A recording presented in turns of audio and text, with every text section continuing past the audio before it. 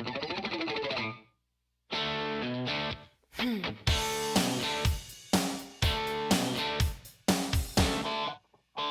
rideable now, and which is good because his feet are sounder now than what they were. I mean, a year ago, when he had his Sigafoos put on and his Sigafoo ripped his foot off,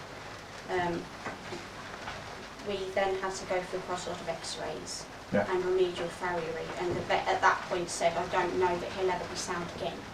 And he said, I don't think you'll ever ride him again. So to have got to this point with him, only a year later, I'm really pleased about. But cause how long has it been on our ride for now? I think it's just short of 3 months. And in that 3 months there's been a difference? Yeah, his feet are, you know, strong and healthy and not cracking or chip. He's got a little chip, but that was just because when he gets turned out, he just goes crazy. So the fact that he did spend about 2 weeks out in the field and his feet are in one piece without cracks, you know, halfway up them and bits. I mean, literally, he can be left with that much hoof.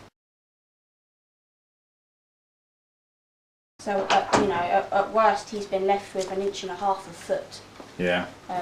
Which is obviously not what you really want to see, and then it takes 6 months at least for it to grow down again and for him to just be comfortable walking on his feet.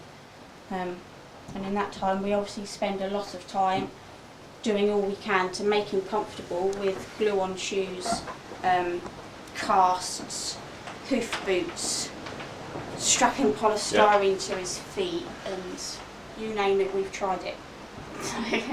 Well, and he probably doesn't need them anymore now, do he? No. He passed a 5-stage vetting, nobody even picked up on the fact that, you know, he had bad feet. It was probably 2 months after I got him that we started to notice that there was something going wrong with his feet, but nobody ever knew what was going wrong with his feet. At first it was he's hit too many poles, he's made his feet hollow, then he had God knows what wrong with his feet from another farrier, and he did countless things with him. The vet then asked his friend in the Far East that said to poultice his feet with pevadine and castor sugar to try and bind the white line back together. Right. We did that. He had all 4 feet poulticed every day for a week, and then every time he lost a shoe it was poulticed then for the 24 hours. That didn't make a blind bit of difference, that just made his feet soggy, which actually then caused them to fall off even more. And it wasn't until kind of late last year that we had a podiatrist to look at him, and she said all he's got is a bacterial and fungal infection in his feet, which said it is a very serious one, which is what's caused the initial separation for his feet to be so bad.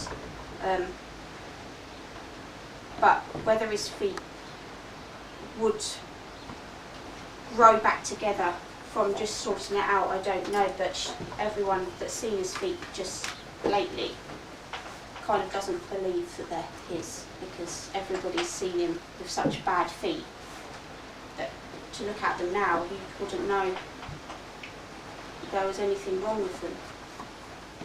Yeah, that's great. Well, Katrina's also showed us that the separation is still a little bit there.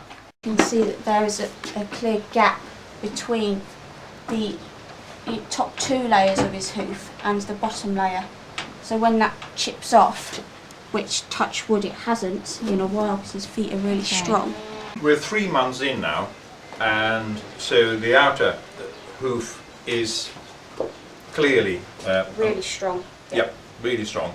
So it will take invariably another 3 months before the top part of the hoof will actually show that it is attached. So hopefully in 3 months' time. Yes, hopefully I'll be able to send you an email saying that actually his feet are in one piece now, Yeah, well, and not in 2 separate pieces. Well, like I said, his feet at the moment are as best as they've been in 3 years. So if I would have been recommended aloe vera 2.5 years ago, we probably wouldn't be in this situation now. Yeah. What would you say to all these people out there? Give it a go.